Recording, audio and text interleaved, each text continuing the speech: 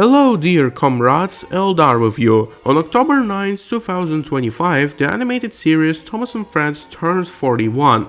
First released in 1984 in a model style and later converted to CGI, this animated series gave us our childhood, and we all love it. Of course, it had step backs like all the other projects, but for the most part, Thomas turns out pretty well. Many Thomas fans believe that Mattel was the main reason for Thomas's downfall, but this is only partly true. Many fans simply hate Mattel for creating the Vidoe era, for kicking Edward and Henry out of the Steam team and replacing them with the useless Nia and Rebecca, for creating All Engines Go, and for some smaller mistakes and errors. Of course, Mattel did a lot of wrong things, and in some cases they ruined Thomas, but fans sometimes forgot that it was Mattel who saved Thomas and created his best era in CGI, and even now Mattel tries its best to please fans. So today I will tell you about Mattel's history with Thomas, what they have done for Tim, both good and bad, and how they are trying to fix it now. Now let's finish with the introducing and get to the video.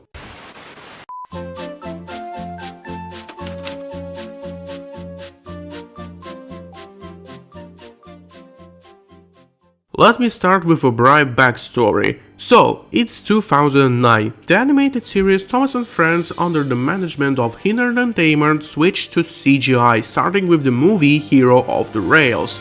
That movie was quite good and successful, and the CGI Thomas could have a great potential, but unfortunately, Hiner Entertainment simply continued releasing seasons and movies in the style of their old series, and this era is considered the worst Thomas era ever. In February 2012, Mattel acquired Hiner Entertainment for $680 million. Mattel was now responsible for the animated series production.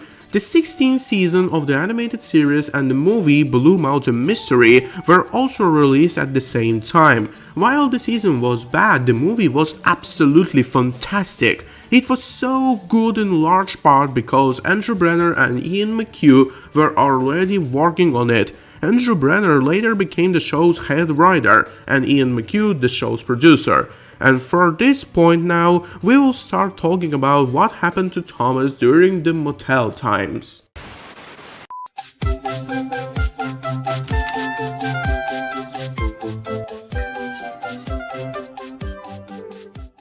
When Mattel took over Thomas, they literally pulled him out of the swamp. What are you doing in my swamp? Season 17 and 18 were the first seasons produced by Mattel, and everything improved in them to unpraisable level. In particular, the episode scripts finally became normal. The characters no longer act like children, as they did in the hit era. No, now they act like the characters from the old show, and they finally have real personalities, traits, and real episodes about them. Besides this, the animated series also brought back a bunch of different characters from older seasons, and some of them even got leader roles in cartoon episodes. The new characters were also presented very well, even though most of them were created to sell toys, and in general everything here was changed. Andrew Brenner and Ian McHugh worked very hard to correct all the mistakes of the previous Thomas creators, and not only them, but everyone who worked on Thomas back then worked hardly. Along with these seasons, the movie King of the Railway and Tale of the Brave were released, which were also very good. But I think no one will argue with me when I say that the peak of Thomas's CGI was the 19th and 20th season. Those seasons were simply masterpieces.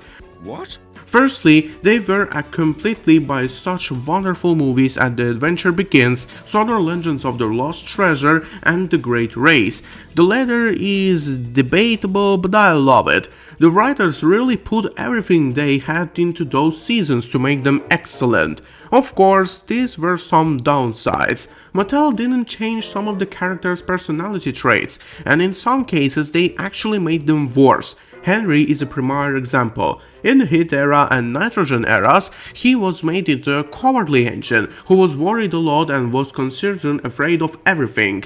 In the classic, he was of course not like that, and for some reason, even though Andrew Brenner and others improved some of the characters and restored their original personalities, they left Henry alone. Instead, they simply decided to alternate his personalities. In one episode, he might act bold and curious, sick, and in another episode, he might be afraid of something stupid. And this is pretty what haunted Henry throughout the Brenner era. He was simply conceptually afraid of everything.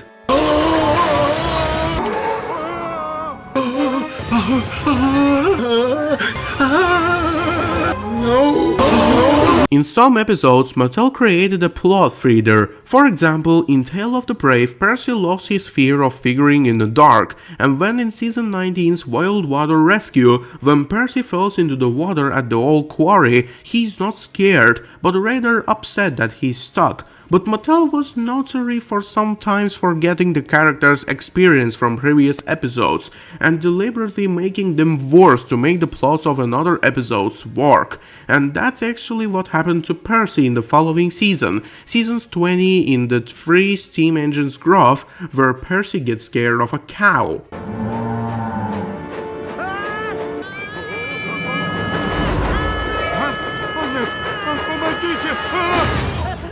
Don't get me wrong, I love season 20 and it is one of the Thomas's best seasons ever, but this episode just doesn't fit in it. Sometimes later, the movie Journey Beyond Sodor was released, and with it, the 21st season of the animated series. The movie was excellent, but the season itself was rather mixed. On the one hand, there weren't any outright bad episodes, but on another, it was during the season that Edward was kicked out of the Steam team. Also, this season had 18 episodes instead of the usual 26. And it soon turns out the reason was the provide fatal for Thomas.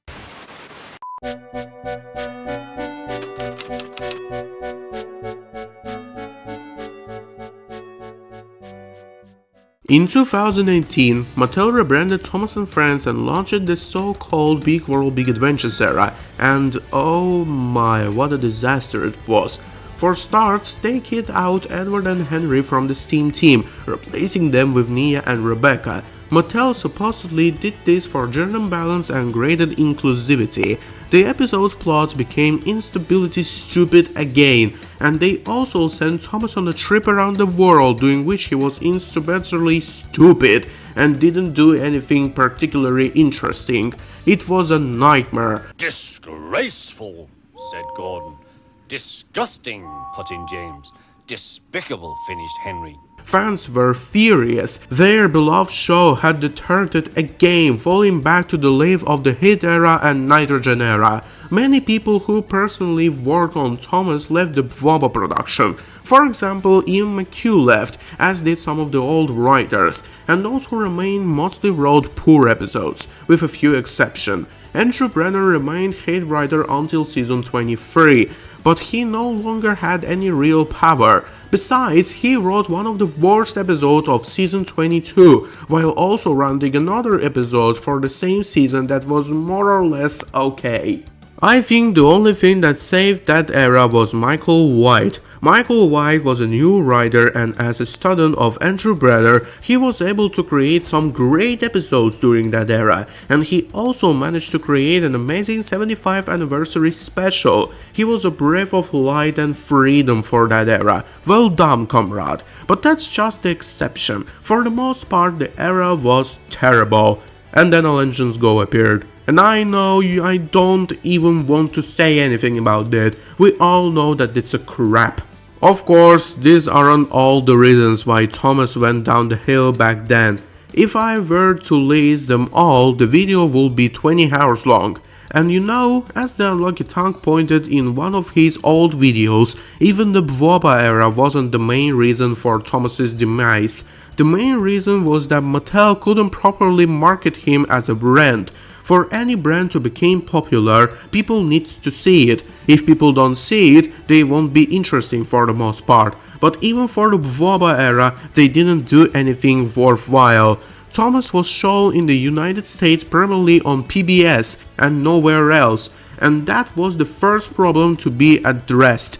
They published the show onto Netflix in 2020, which was a good idea, but it was too late for it. They also pushed it onto Nick Jr., but it's a premiere channel you have to pay for, and even then they stopped showing Thomas there in 2020. So, essentially, the only responsible option for watching new episodes is to wait for fans to upload them to YouTube. I don't know what was the problem, was simply uploading new episodes to Thomas's YouTube channel once a day and cramping monetization into this.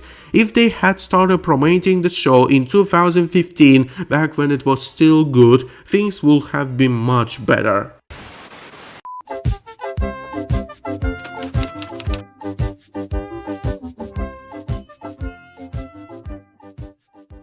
You know, I think Mattel has finally decided to listen to fans, because now in 2025 they have started working hard to right all the wrongs. This year they showed that Thomas's pilot episodes released a ton of awesome merchandise, and in fact 2020 itself could probably be considered the best year for Thomas. This year is like all the long-time Thomas fans have come out of a hibernation. We were able to find, learn, and discover a ton of new and interesting Thomas-related stuff. Mattel is preparing a new project for us next year, 2026, which they say will delay both old and new fans. For now, we can't only guess what it will be, but we already have some questions and theories, which we will discuss more in another video. And you know, despite everything Mattel has done to us and despite how they have ruined the show, I still think we should forgive them. Because as I said at the very beginning, they were the ones who saved Thomas, and they are the ones who are now trying to best to right all their past wrongs. With their auction, Mattel shows that they are completely remorseful to Thomas fans and are trying to make things right.